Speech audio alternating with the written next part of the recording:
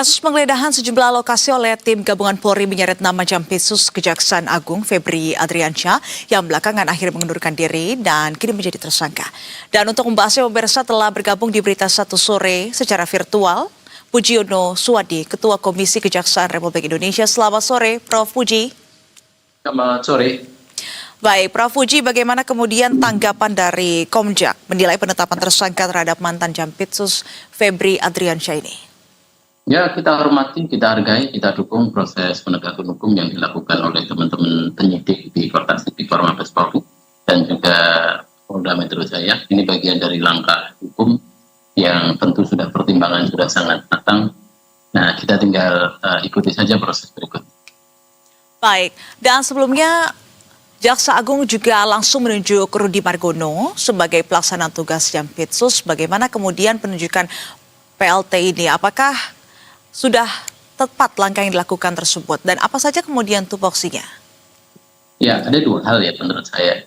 Yang pertama kan kebutuhan taktis untuk menjawab permasalahan-permasalahan jangka pendek dan juga kebutuhan strategis. Kalau untuk menjawab permasalahan-permasalahan jangka pendek soal kepercayaan publik, soal juga khususnya kepercayaan publik ya, ini tentu sosok Pak Rudi Margono, yang kebetulan Pak Rudi Margono itu partner terdekat Komisi Kejaksaan ya, dalam melaksanakan pekerjaan, memantau kinerja dan juga perilaku para jaksa, sehingga saya pikir tepatlah orangnya.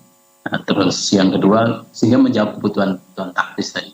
Nah, yang kedua, kalau untuk kebutuhan strategis tentu kan Pak Presiden sekarang menunggu usulan dari Pak Jaksa Agung untuk mengusulkan siapa nama-nama yang kemudian diusulkan untuk diganti secara definitif yang kebutuhan strategis. Nah, untuk kebutuhan strategis ini kan tidak hanya menjawab kebutuhan jangka pendek saat ini dengan mundurnya Pak Febri dan ditetapkannya Pak Febri sebagai tersangka, tapi yang lebih bisa kemudian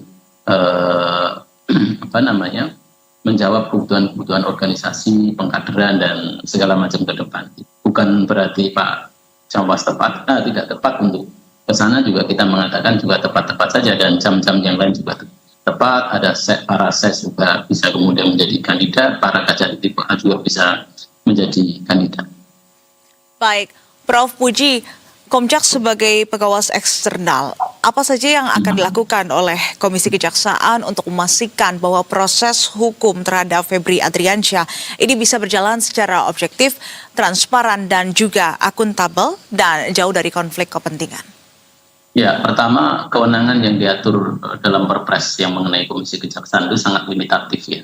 Jadi kita berharap juga ada perhatian soal kewenangan pengawas eksternal. Ya, problem pengawas eksternal yang dimiliki oleh Komisi Kejaksaan barangkali seperti dirasakan juga oleh teman-teman di Komisi Kepolisian, sama lah mirip-mirip. Nah, tetapi apapun itu kita berharap bahwa proses penegakan hukum ini bisa kemudian berjalan sesuai dengan koridor penegakan hukum yang memang saat ini kita hargai dan kita dukung apa yang dilakukan oleh Kortas Tipikor Mabes Polri, dan tidak ada kemudian ya kepentingan-kepentingan, dan kita juga berharap nanti Pak Rudi Margono bisa melakukan pekerjaan, khususnya melakukan konsolidasi internal.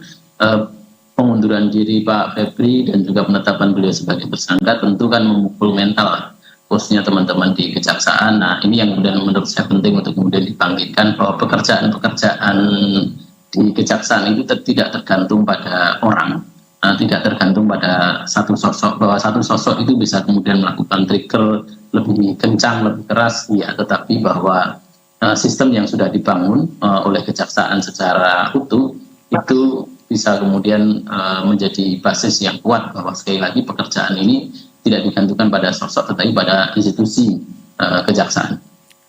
Betul sekali, Pak Puji. Dan kita juga tadi sudah dengar bersama bahwasannya Komisi 3 DPR RI membentuk panja untuk mengawal pengusutan terkait dengan kasus ini.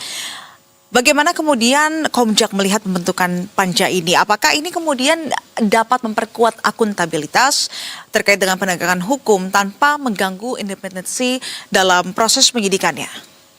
Ya, itu kewenangan di kawan-kawan di DPR RI ya, dan saya tidak mau masuk di sisi situ, jadi ya sah-sah saja teman-teman di Komisi 3 membentuk panja, tapi kalau dalam sisi Komisi Kejaksaan tentu fokusnya adalah bahwa penegakan hukum ini harus kita kawal dalam konteks penegakan hukum yang memang objektif, transparan tentu sudah kita harapkan. Dan sejauh ini kita lihat juga teman-teman di Kortas Tipikor sudah bekerja dengan baik ya, dengan baik sampai kemudian penentuan Pak Febri ini sebagai tersangka. Ya kita kalau Komjak melihatnya dalam koridor perspektif hukum saja, tidak masuk pada wilayah perspektif politik. Baik, oke. Kita kembali melihat bahwa kasus ini sungguh miris karena melibatkan seorang pejabat tinggi kejaksaan begitu. Bagaimana kemudian Komisi Kejaksaan melihat dampak dari regenerasi mendadak dengan ditunjuknya Rudy Margono terhadap kinerja penanganan kasus-kasus korupsi besar yang sedang berjalan di Kejaksaan Agung, serta juga bagaimana dampaknya terhadap institusi Kejaksaan Agung sendiri, khususnya di Jampitsus, usai Febri Adriansyah ditetapkan sebagai tersangka? Kalau penunjukan Pak Rudy Margono ini menurut saya masih satu angkatan ya, jadi bukan bagian dari menurut saya proses regenerasi. Baik. Tapi ini bagian dari menjawab kebutuhan temporer lah ya. Saat ini kebutuhan teknisnya, kebutuhan taktisnya dibutuhkan pengganti sosok Pak Febri, bahwa benar sistem sudah jalan, tetapi apapun itu tentu dibutuhkan komando untuk mengkonsolidasikan secara internal dengan lebih solid, dengan lebih firm, itu dengan jaminan-jaminan peningkatan integritas ya. Dan Jawas mengurusi itu kan, mengurusi soal perilaku, soal integritas, sehingga kita berharap memang itu bagian yang kemudian menjawab kebutuhan temporer, kebutuhan teknis yang sudah bagian sehari-hari lah. Dan kita lihat sosok Pak Rudy Margono adalah sosok yang memang punya karakter di sana, sehingga tepat untuk itu. Nah yang kedua, kalau untuk regenerasi, saya melihat Kejaksaan tidak kehilangan stok ya untuk regenerasi. Terlepas dari Pak Febri menjadi tersangka pada hari ini, ya apapun bahwa kemudian yang dilakukan kemarin dalam pengungkapan kasus-kasus besar, sekali lagi ini terlepas dari beliau jadi tersangka ya, itu kan juga memberikan efek yang cukup positif, kepercayaan diri yang positif juga bagi kawan-kawan jaksa di pusat maupun di daerah.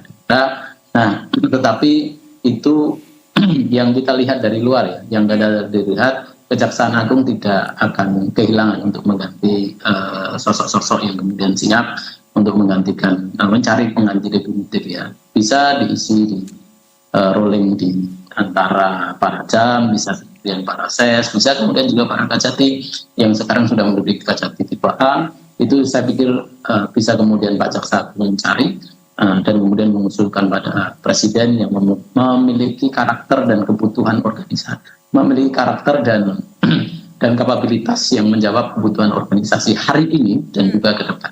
Oke. Menurut Anda, Prof. Puji, apa kemudian yang menjadi tantangan yang akan dihadapi oleh Rudy Margono dalam memimpin Jampitsus di tengah situasi saat ini? Dan menurut Prof, kapan kemudian waktu yang ideal bagi Jaksa Agung untuk menunjuk Jampitsus definitif, dan kriteria seperti apa yang kemudian dibutuhkan untuk menggantikan posisi Jampitsus? Ya, pertama Pak Rudy Margono tentu kan harus mengkonsolidasikan internal ya. Yang saya sampaikan tadi bahwa perlu membangun kepercayaan mental teman-teman baik di pusat sampai kemudian daerah-daerah, maka konsolidasi ini penting, dan konsolidasi ini adalah bagian tidak terpisahkan untuk memastikan bahwa bisnis itu berjalan, artinya bisnis penegakan hukum, pengungkapan kasus-kasus korupsi itu tetap berjalan on the track, bahkan kemudian ditambahi dengan penguatan integritas. Jadi itu yang kemudian pertama yang harus dilakukan.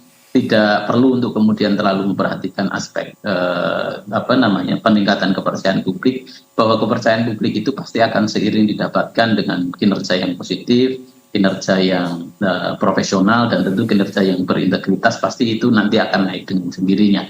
Itu yang pertama. Yang kedua, tentang kapan waktu yang tepat untuk kemudian mengusulkan ini, saya pikir saat ini dugaan saya Pak Jaksa Agung juga sedang melakukan mencari-cari lah ya, siapa kemudian sosok yang kemudian layak, apakah kemudian diisi di antara para jam atau kemudian para ses, para kajati, dan dalam waktu mungkin 1-2 bulan ke depan sudah ada definitif Jaksa Agung muda pidana khususnya. Karena memang kalau kita lihat bisnis utama kejaksaan ini ya, artinya bahwa Jampitsus ini kan jadi etalase lah ya, salah satu etalase terbesar dari Kejaksaan Agung, sehingga tentu tidak boleh terlalu lama untuk diisi oleh pejabat sementara atau oleh PLT. Harus kemudian segera diusulkan dan kemudian Presiden menetapkan siapa kemudian pejabat yang definitif mengisi di pos tersebut. Baik, terima kasih atas waktu dan kesempatannya untuk berbincang bersama kami di Ya, Berita sama-sama. Satu Terima Sore. kasih. Prof. Pujiono Suwadi, Ketua Komisi Kejaksaan Yes. Republik Indonesia. Selamat kembali beraktivitas.